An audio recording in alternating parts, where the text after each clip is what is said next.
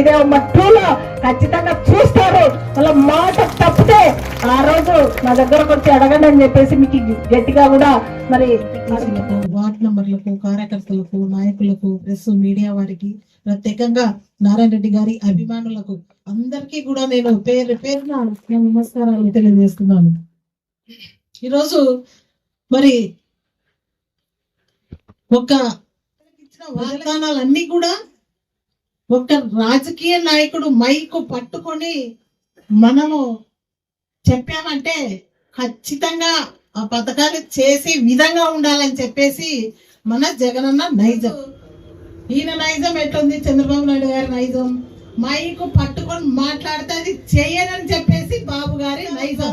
ప్రజలకు మనం చెప్పామంటే అవన్నీ కూడా ఒక విలువలతో ప్రతి ఒక్కటి కూడా ప్రజలకు, నాకు ఓటు వేయని వాళ్ళకు కూడా కులం చూడను, మతం చూడను, పార్టీ చూడను, ఎవరినో చూడను, అర్హుడు అంటే చాలు ఆ పథకం పడిపోవాలని చెప్పేసి విధంగా కూడా రాష్ట్రంలో మనం 2019 నుంచి 2024 వరకు మనం చేశాం.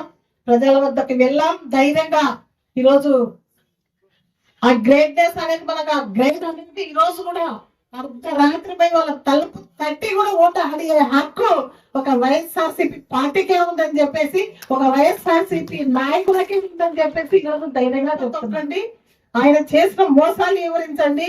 సూపర్ 6 అనుకుంటా 2024లో ఎలాగా ప్రజలను కూటమి వాళ్ళంతా ప్రాంతం పట్టుకొని ప్రతి వాళ్ళకి కూడా ఈరోజు మరి ఏమేమి అందిస్తామంటేటివో అన్ని కూడా సంవత్సరం పైగా అయిపోయింది. మరి 3 సిలిండర్లు ఈ సంవత్సరంతో పోతే 4వ సిలిండర్ కూడా రావాలి.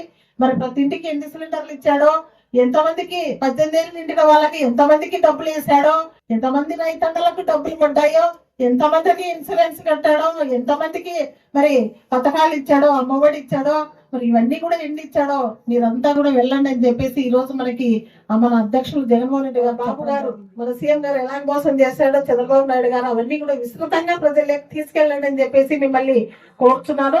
ఆ విధంగానే చేయాలని చెప్పేసి ఉద్దేశంతోనే ఈ రోజు చేస్తున్నారు. వాళ్ళు చేసిన సర్వేలలో కూడా ఇప్పుడు ఎలక్షన్లు పెట్టినా కూడా గొప్పగా జగన్మోహన్ రెడ్డి గారు సీఎం అవుతారని చెప్పేసి కూడా అన్ని సర్వేలు కూడా తెల్లగొండి స్టార్ట్ చేసి వస్తాను. తర్వాత మీరు తిరిగేటప్పుడు కన్వీనర్ ని పిలుచుకోండి, జెడ్పీటీస్ ని పిలుచుకోండి, మన మండల వైస్ గా ఎంపీపీ గారిని పిలుచుకోండి, ప్రతి ఒక్కరు కూడా సర్పంచులు, ఎంపీటీస్ అందరూ కూడా పాల్గొని గ్రామాన వీళ్ళు చేసిన మోసాలన్నీ కూడా మరి మీరు తెలియజేయాలని చెప్పేసి మళ్ళీ ఊరుకు 5-6 బెల్ట్ షాపులు పెట్టుకొని ఈ రోజు ఓటింగ్ వాళ్ళు ఈ రోజు ఒట్టుకుంటున్నారు. ఈ రోజు గ్రామాలన్నీ కూడా పచ్చగున్న గ్రామాలన్నీ తాగుకు బాధిస్తాయి. మరీ కూడా మొదటి స్థాయికి మరి కొట్టుకొని ఫ్యాక్షన్ గ్రామాల్లో చేయడానికి కూడా వెనకాడలేని పరిస్థితిలో అంటే నాటకట్టలు తీసుకొని చేయడం నిన్న శభాస్పురంలో అదే జరిగింది. మంచిగా ఉన్న గ్రామాలన్నీ కూడా ఈ రోజు ఆ మధ్యలో ఏరులై పారుతుంటే ఎక్కడ పడితే ఎక్కడ దొరుకుతుంది. ఇప్పుడున్న మనం మంచినీళ్ళు కావాలంటే పక్కన ఉంటే వెంటనే కొనుక్కొని తాగుతామా లేదా? అదే దూరంలో ఉంటే కొంచెం ఓడ్చుకుంటాం. అలాగే మధ్యలోనే ఇక్కడ ఇళ్లలో మధ్యలో బెల్ట్ షాపులు, ఊరికి 5-6 బెల్ట్ షాపులు పెట్టుకొని ఈ రోజు దుర్మార్గంగా మహిళలపై అత్యాచారాలు, లైంగిక దాడులు, ఈ విధంగా మరి ప్రజాప్రతినిధుల్లో ఉన్న మహిళలను మరి ఎక్కడ పడితే అక్కడ మన మాజీ మంత్రులను, మరి ఎంపీలను ఈరోజు అనగానే సురేష్ గారిని అలాగే కేసుల మీద కేసులు పెట్టుకుంటూ మరి అరాచకం చేయడం, పరిపాలన అంతా కూడా సుపరిపాలన కాదు, శుద్ధ దండగా పరిపాలన అని చెప్పేసి నేను చెప్తున్నా. నిజంగా ఈ రోజు కూడా మీరు ఏ ముఖం పెట్టుకుని తగ్గించి 52 లక్షల మందికి మీరు వేసినా 30 లక్షల మందికి ఎందుకు తగ్గించారని నేను అడుగుతున్నా. పన్నెలకు 1 పడ్డాయి, పండలకు 3 పడ్డాయి. మీ ఇష్టం వచ్చినట్లుగా మీ టీడీపీ వాళ్ళకి తప్ప ఎవరికి కూడా మీరు పథకాలు ఇచ్చారా లేదో మాకైతే అనేసాడు ముఖ్యమంత్రి చంద్రబాబు నాయుడు గారు. వైసీపీ వాళ్ళకి ఏ పని చేయొద్దండి, చేస్తే వాళ్ళకి పాముకు పాలు పోసినట్లే అని చెప్పి ఆయన నోటి నుంచి అన్నాడు. కాబట్టి మేము మీరు ఇచ్చినా కూడా నమ్మే పరిస్థితిగా లేరు వైసీపీ వాళ్ళకి. గుర్తు చేసుకుంటే ఆరోగ్యశ్రీ, 104 ఇవన్నీ కూడా గుర్తొచ్చాయి. రైతాంగం అనేది ఎలా ఉంటుందో, పేదవాడిని కూడా రైతే రాజు అనేది అట్లాగా చేసిన గొప్ప వ్యక్తి డాక్టర్ రాజశేఖర రెడ్డి గారు. జగనన్న అంటే నాన్న కంటే 2 అడుగులు ముందు వేయాలని చెప్పేసి రైతన్నలకు ఒక జగనన్నకే దక్కిందని చెప్పేసి ఈ రోజు మనం ఉచితంగా మంచి ఆహారాన్ని అందిస్తానని చెప్పేసి అమ్మఒడి అనే పదం ఆయన నుంచే సృష్టించబడిందని చెప్పేసి ప్రజలకంతా తెలుసు. ఉన్నది లేనట్లు, లేనది ఉన్నట్లు గ్రాఫిక్ చూపించేది నేను చేశానని చెప్పేసి ఏదో తెలంగాణలో అంటున్నాడు కదా, మొత్తం నేను హైదరాబాద్ అంతా నేనే చేశానని చెప్పేసి వాళ్ళు ట్రోలింగ్ ఇస్తున్నారు. మీరంతా చూసారా లేదో, హైదరాబాద్ లో 2 నాళ్ళు పోతే ఈయన మతి స్థిమితం తప్పి ఏమేం మాట్లాడతాడో కూడా ఎవరికి అర్థం కాలేదని చెప్పేసి ట్రోలింగ్ వల్ల కూడా శుద్ధదండ పాలన చేసి రాష్ట్రంలో అరాచకత్వం, రాష్ట్రంలో అరాచకాన్ని పోలీసు ద్వారా అరాచ్మెంట్ చేసేది, తప్పుడు కేసులు పెట్టించేది, పోలీసు ద్వారా ఒత్తిడి తీసుకొచ్చి, ఇంకా మన సైడ్ చాలా తక్కువ ఉన్నాయి కానీ అటు సైడ్ అయితే చాలా అరాచకాలతో మరి పొద్దు ముడితే ఏమైతాయనో ఈ విధంగా కూడా ఈ రోజు రాష్ట్ర పాలన మనకు అవసరమా అని అడుగుతున్నాను. ఇలాంటి పాలన, ఇలాంటి సీఎం మనకు అవసరమా అని చెప్పేసి ఈ రోజు సీఎం చేసుకోవడానికి మనమంతా కూడా ఒక సైన్యం లాగా రావాలి. ఈ రోజు బాల్ విసిరి వాళ్ళ చేతిలో పడింది బాలు. ఆ బాలుతో వాళ్ళు ఎలా పడుతున్నారని చూస్తున్నాం. అదే బాలు తొందరలోనే మన చేతికి అందుతుందని కూడా చెప్తున్నా. ఆ బాలు జగనన్న అనే బాలు మన చేతికి వచ్చినప్పుడు వాళ్ళు చేసిన అరాచకాలు, వాళ్ళు చేసిన తప్పుడు కేసులన్నీ కూడా జగనన్న ఎలాగో చూపిస్తాడో ఆల్రెడీ జగనన్న అందరికీ కూడా కార్యకర్తలకు చెప్పడం కూడా జరిగింది. నేనంటే ఏందో చూపిస్తా, జగన్ పూల కార్యకర్తలు అంటే ఎలాగో ఉంటుందో, వైసీపీ కార్యకర్త అంటే ఎలాగుంటది అనేది ఆల్రెడీ చెప్పారు జగనన్న మనకు అందరికీ కూడా. కాబట్టి రాబోయే కాలంలో ఖచ్చితంగా మన జగనన్ననే సీఎం అవుతాడని చెప్పేసి ఖచ్చితంగా అందరూ కూడా తెలుసుకోవాలి. ఖచ్చితంగా ఇప్పుడు ఎవరైతే ఈ కష్టకాలంలో ఈ దుర్మార్గమైన ఈ ఆంగ్లేయుల పరిపాలన ఉన్నట్లే ఉంది కూటమి పరిపాలన. ఎందుకంటే ఎందుకు గెలిపించారయ్యా, ఎందుకు ఈ విధంగా రాష్ట్రాన్ని మంచిగా పాలించే జగన్మోహన్ రెడ్డి గారి పాలనని ఎందుకు మీరు ఈ విధంగా చేసుకున్నారని అంటే, అయ్యా మేమంతా కూడా చంద్రబాబు నాయుడు గారిని నమ్మలేదు, ఎవరో గొప్ప 10% వాళ్ళకు మనకు ఓటింగ్ శాతం. ఆ 10% ఎలా నమ్మారంటే బీజేపీతో పొత్తు, జనసేనతో పొత్తు.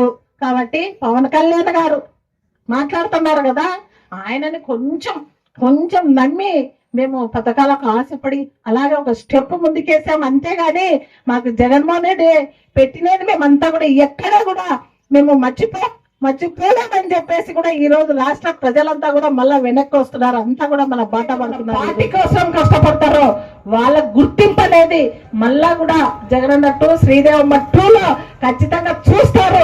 వాళ్ళ మాట తప్పితే ఆ రోజు నా దగ్గరకు వచ్చి అడగండి అని చెప్పేసి మీకు గట్టిగా కూడా మరి జగనన్న కోసం పోరాటం చేస్తాం. ఏదేమైనా ఏ గ్రామంలో కూడా మరి అడ్డుకోవడం చేస్తేనా అలాంటి పరిస్థితి లేదులే. ఎక్కడ పొరపాట్లో కూడా వాళ్ళు ఏదైనా గొడవకు సిద్ధమై ఆ గ్రామంలోన గొడవకు పెట్టుకోవడానికి చూసినా లేకుంటే అడ్డుకోవడానికి చూసినా కూడా వెంటనే కూడా నాకు ఒక మెసేజ్, ఒక కాల్ చేయండి. పొరపాటున కూడా నా కాలు మరి తగలకుండా ఏం చేసినా కూడా మెసేజ్ మాత్రం ఖచ్చితంగా పెట్టండి. అదేందో నేను ఖచ్చితంగా మీకు అందుబాటులో ఉండే ఆ కార్యక్రమాన్ని సాగే విధంగా, ముందుకు పోయే విధంగా కూడా మరి చేస్తానని చెప్పేసి మీకు ధైర్యాన్ని. మరి 1-2 కేసులు పెట్టే ఈ పాలనలో ఈ శ్రీదేవమ్మ ఇల్లు తిరగబడ్డది మా చేత ఎప్పుడైతే అది అనుకోండొచ్చు, ఖచ్చితంగా అనుకుంటారు చాలా మంది. కానీ ఎక్కడ కూడా భయపడొద్దండి. అందరు ప్రజలకు మనం మంచి చేసాం. ఒక టీడీ పనికి ఎక్కడా కూడా మనం పథకం ఇవ్వకుండా ఉండాలా, ఎక్కడా కూడా మరి వేరే పార్టీ అని చెప్పేసి మనం ఎక్కడ కూడా పథకం ఇవ్వకుండా ఉండాలా. ఖచ్చితంగా టీడీపీ ఇళ్ళకు కూడా ఎక్కువ అందరి మన గవర్నమెంట్ లో టీడీపీ వాళ్ళకు కూడా ఎక్కువ ఇల్లు వచ్చాయి. టీడీపీ వాళ్ళకు అన్ని పథకాలు ఇచ్చాం. మనం ఎక్కడ భేదాలు పెట్టలే, ఎక్కడ టీడీపీ అనలే, ఎక్కడ మా పార్టీ కాదనలే. ఎవరు వచ్చి ఆశ్రయించినా కూడా గడపలో గాని వాళ్ళకి చేతనైనా ఎక్కడో చిన్న బాధ అనిపిస్తుంది ఒకసారి వెల్దుర్తికి వచ్చినప్పుడల్లా. కానీ వెల్దుర్తికి ఎన్ని అడిగినా నా దృష్టికి వచ్చినవి కన్వీనర్ గారు ఆయన దృష్టికి వచ్చినది టౌన్ లో మా దృష్టికి వచ్చినటువన్నీ కూడా రోడ్లన్నీ కూడా మేము బాగు చేశాం, రోడ్లు వేయించాం. ప్రజల కోరిక ప్రకారం మంచినీళ్లు కూడా రావడం లేదమ్మా, 15 రోజులు ఓసారి వస్తాదంటే మంచినీళ్లు కూడా ఇవ్వడం జరిగింది. ప్రజల కోరిక మేరకు ఆ ఎలక్షన్ హామీ కోరిక కూడా నెరవేర్చాం.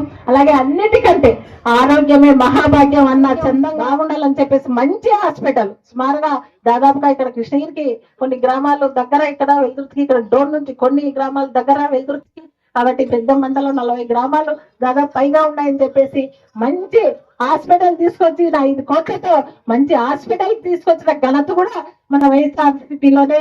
మరి రామల్లకోట రోడ్ అయితేనే, ఎల్వండ రోడ్ అయితేనే, మీ కొట్టాల రోడ్ అయితేనే, ఇవన్నీ కూడా ఇంకా చాలా రోడ్లు ఎప్పుడు కూడా శ్రీరంగాపురం రోడ్ అయితేనే ఎక్కడ కూడా మనము చెప్పినవన్నీ కూడా చేసి చూపించాం. కానీ ఈరోజు టౌన్ లో టౌన్ వాళ్ళకి చెప్తున్నా, ఎక్కడన్నా టౌన్ వాళ్ళు ఉంటే కూడా ఒక్కసారి నా బాగా అర్థం చేసుకోండి. అసలు నేను ఏం చేసినా నీకు ద్రోహం, నేను చేసిన పనులను ఏం చేయకపోయినా ఎల్లరికీ అందుబాటులో ఉండి సుమారుగా ఎన్నో సార్లు నేను ఎదుర్కోవడానికి వచ్చి నేను మండలాల్లో కానీ ఆఫీసులో కానీ కూర్చొని ప్రజల బాధలని నేను చేశాను. కానీ ఎందుకు టౌన్ ఈ విధంగా చేశానో నాకు ఎక్కడ కూడా అర్థమైంది.